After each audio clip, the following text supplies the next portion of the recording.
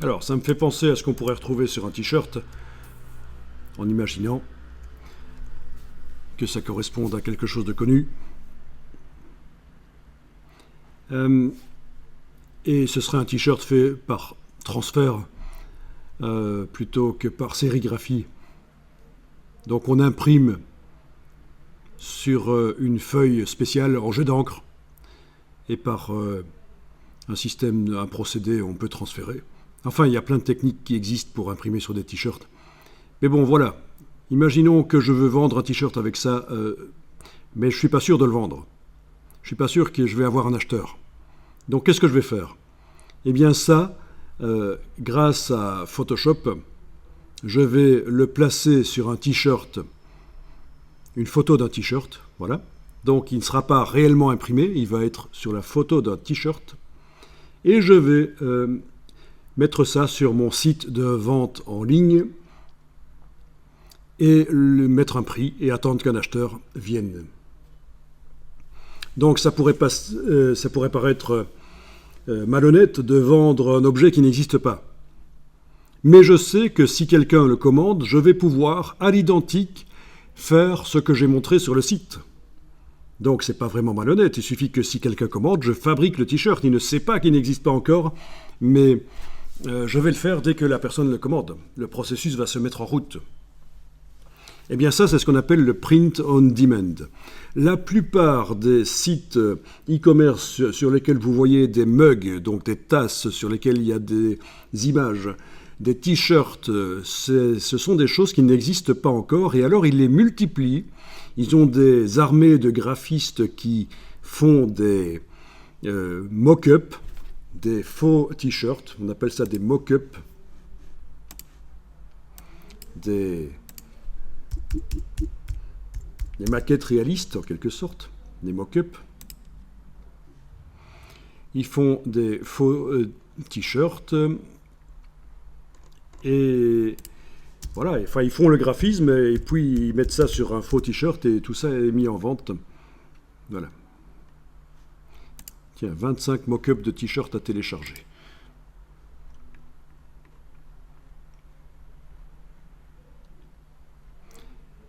Voilà. Oui, ça peut être des t-shirts même où il y a éventuellement des plis. Ça, c'est pas un problème. Donc tout ça sont des t-shirts qui n'existent pas. Il n'y avait pas réellement ça sur le t-shirt. C'est des t-shirts blancs. Même chose ici, il n'y avait pas réellement l'image sur le t-shirt. Voilà. Donc vous voyez. Et ça, c'est le print on demand. Et ça se fait de plus en plus, y compris pour des livres. Vous voulez écrire un livre, que ce soit n'importe quoi, un petit livre ou un grand livre, je veux dire beaucoup de pages, peu d'images, ou un livre avec pas mal d'images, peu importe, vous allez pouvoir sur certaines plateformes le mettre en vente. Et alors ce qui est intéressant avec le print on demand, donc c'est l'impression à la demande. Le livre n'est réellement imprimé que si quelqu'un l'a acheté. Mais ce qui est intéressant, c'est que les boîtes, les entreprises sur lesquelles vous pouvez mettre en vente les livres, elles s'occupent non seulement de la vente, c'est elles qui récupèrent l'argent, elles vont prendre 25% du bénéfice pour elles. Le reste, elles vous le reversent, à peu près c'est 25%. Elles vont imprimer le livre et l'envoyer à la personne. Donc, vous n'avez aucun des problèmes habituels quand on écrit des livres, la distribution, le paiement, les réclamations. Voilà. Donc, vous avez les sites ici. Ils en citent 3 ici, voilà. C'est mis en ligne, un achat est fait par un client avec une photocopieuse couleur géante, ce qu'on appelle une presse numérique. Mais c'est le principe de la photocopieuse couleur, c'est du toner, c'est de la poudre en couleur. Vous imprimez la chose. Alors vous vous dites peut-être, oui, la qualité n'est pas bonne, Non, non, la qualité est excellente. Ce sont des machines qui coûtent cher et la qualité est excellente. La plupart des bandes dessinées que vous voyez, que vous achetez actuellement, sont faites en faible exemplaire avec des photocopieuses, avec des presses numériques, ce qui sont des grosses photocopieuses couleur en fait. Voilà, donc c'est imprimé. Ici, c'est trompeur, il vous montre une imprimante jet d'encre, mais évidemment c'est autre chose. Enfin, c'est un truc bizarre, vu de face, c'est peut-être une imprimante numérique. Voilà, c'est livré, voilà, et vous avez une partie du gain. Oui, il faut aussi compter, bien sûr, le coût d'impression. Et donc ça, c'est génial. Au niveau commercial, pour vous, vous devez savoir que ça existe, ce genre de choses, le print on demand. Les choses changent. Avant, pour imprimer un livre, si on ne trouvait pas un éditeur, il fallait faire une impression à compte d'auteur. Et ça demandait d'imprimer 500 exemplaires minimum. En général, c'est ça. Vous payez 10 € l'exemplaire ou 15 €. Donc faites le calcul, vous en êtes vite à 5 000 ou presque 8 000 €. Et puis il fallait les vendre d'une manière ou d'une autre par vous-même, parce que voilà, un bon éditeur, il a ses entrées chez les libraires et il sait placer les livres. Si c'est vous qui l'avez imprimé, si c'est imprimé à compte d'auteur, c'est plus compliqué de diffuser. Alors pour la petite histoire, ceux qui impriment des livres, ceux qui éditent des livres à compte d'auteur, on ne peut pas les retrouver dans Wikipédia. Ils ne peuvent pas avoir une page Wikipédia en tant qu'auteur, donc il n'y a que les auteurs qui passent par un vrai éditeur qui peuvent avoir leur page dans Wikipédia. C'est la petite parenthèse pour dire à quel point il y a vraiment une différence entre être édité par un vrai éditeur et éditer soi-même à compte d'auteur. Mais donc ça coûte cher. Et donc imprimer à compte d'auteur, ça peut être bien. Vous pouvez vraiment avoir des ventes. Votre truc peut marcher ou pas. Mais s'il ne marche pas, vous n'avez pas perdu beaucoup d'argent, puisqu'il n'a pas été réellement imprimé.